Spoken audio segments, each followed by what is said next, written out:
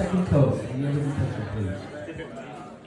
First off, I want to thank everyone for being here. It's amazing to see so many people in one place, so many family members and so many friends. So thank you so much. I know everyone came from far and near, so I know Bryan and Chelsea greatly appreciate that. When I was thinking about this speech, I was looking for some inspiration, and I actually been watching some of the UCF football game, and I was thinking, let me take some inspiration from that. I want to come out strong, exciting, promising, but I thought, I don't know, I don't want to fizzle out halfway through. Get a little disappointing. And towards the end, no one really cares. In other words, the UCF season, right? But hey, to be fair, as long as I thought we were number one, that's all that matters.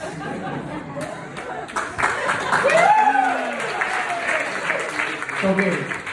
Go Gators!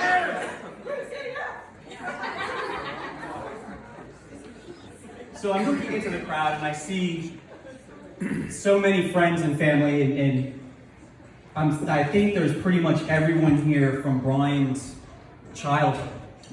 Maybe aside from one or two, maybe 3, 2, 1 people. We're not here.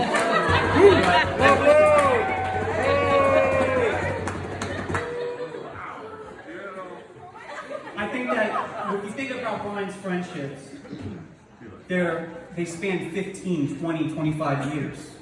And that's really a testament to the character and person he is. He's an amazing brother. He's my best friend. And I want to thank our parents, my father, my mother, Mary, and Gary, for instilling values in us that make him who he is today.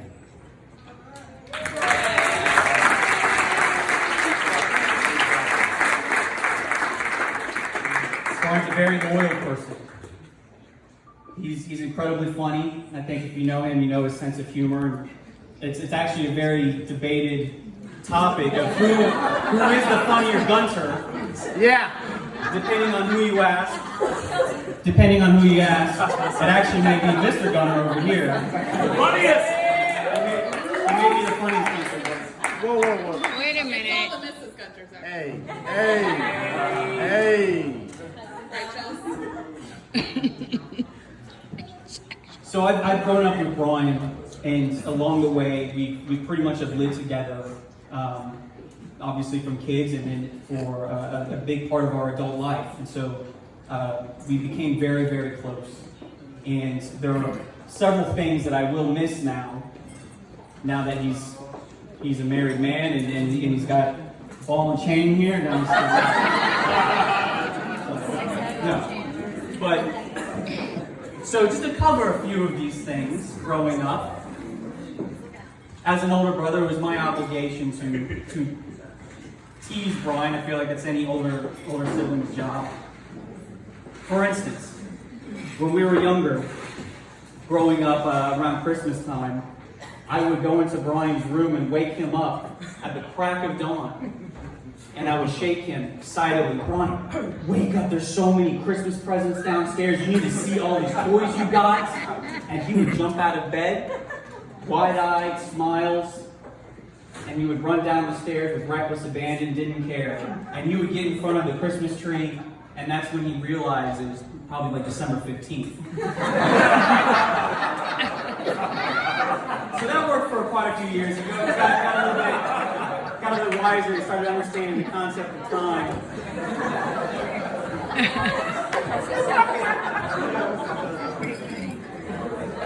When we got to about middle school and high school, the teasing evolved a little bit. It had to get a little more intricate. So Bryan could make a sandwich, for instance, after school. Peanut butter and jelly sandwich, turkey sandwich, ham and cheese, doesn't matter. But he quickly realized you cannot turn your back on this sandwich. Not because I would eat it or take a bite. No, it was worse. If Bryan were to turn his back on this sandwich to get a drink or plates or napkins, he would come back to a giant hole right in the middle of that sandwich. I would come in like a ninja and poke a hole right into the middle of it, making it effectively a donut. I know where his fingers been. I don't know where my fingers been. But that's not to say he never gave me back. I think when you were at wholesale and I was in law school, again, the teasing kind of evolved, and this went back and forth between the two of us. But if we ever had the unfortunate situation where I hear Bryan yelling from upstairs, Matt, I need your help. I need you to bring me some toilet paper. And I would be the older brother, and I would bring in some. That's fine. But it came with a cost. I would make him work for it. I would stand right outside the door, and I would set it down just out of reach, so he'd have to awkwardly waddle. So these are the things I miss. But there are quite a few things that I don't miss living with Bryan. And Chelsea, this is, maybe you know some of these things, but there are no take backs. He's yours now. So you have to deal with his snoring.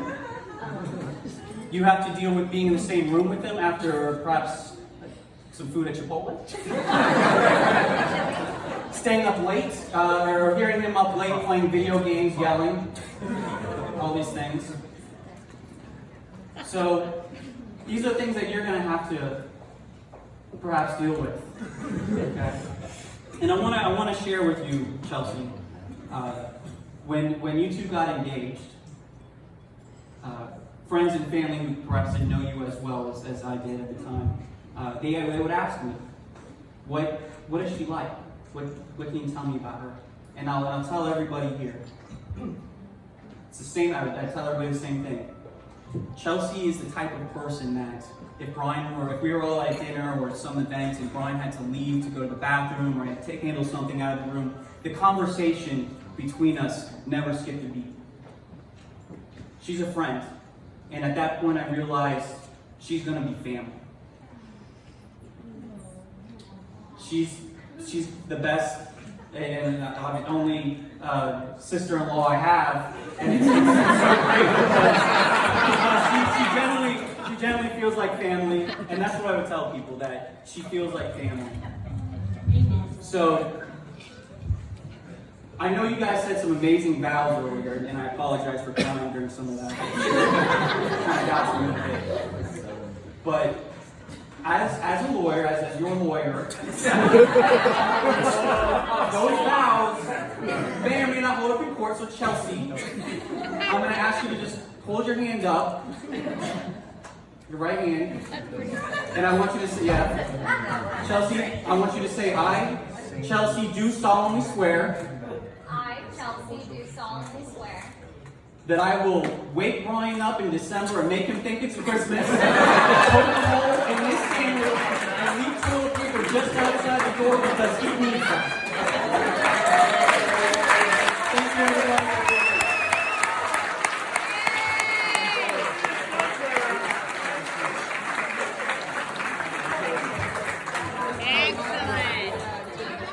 Excellent. I'd like to recognize our newlyweds for tonight's honor toast. Excellent, man. I got some, Bryan.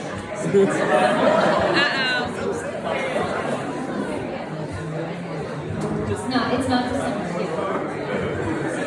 On behalf of my beautiful bride and I imagine she's beautiful.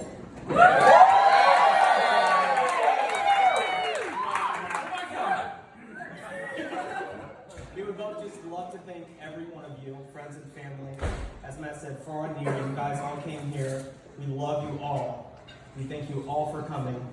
And, let's party it up.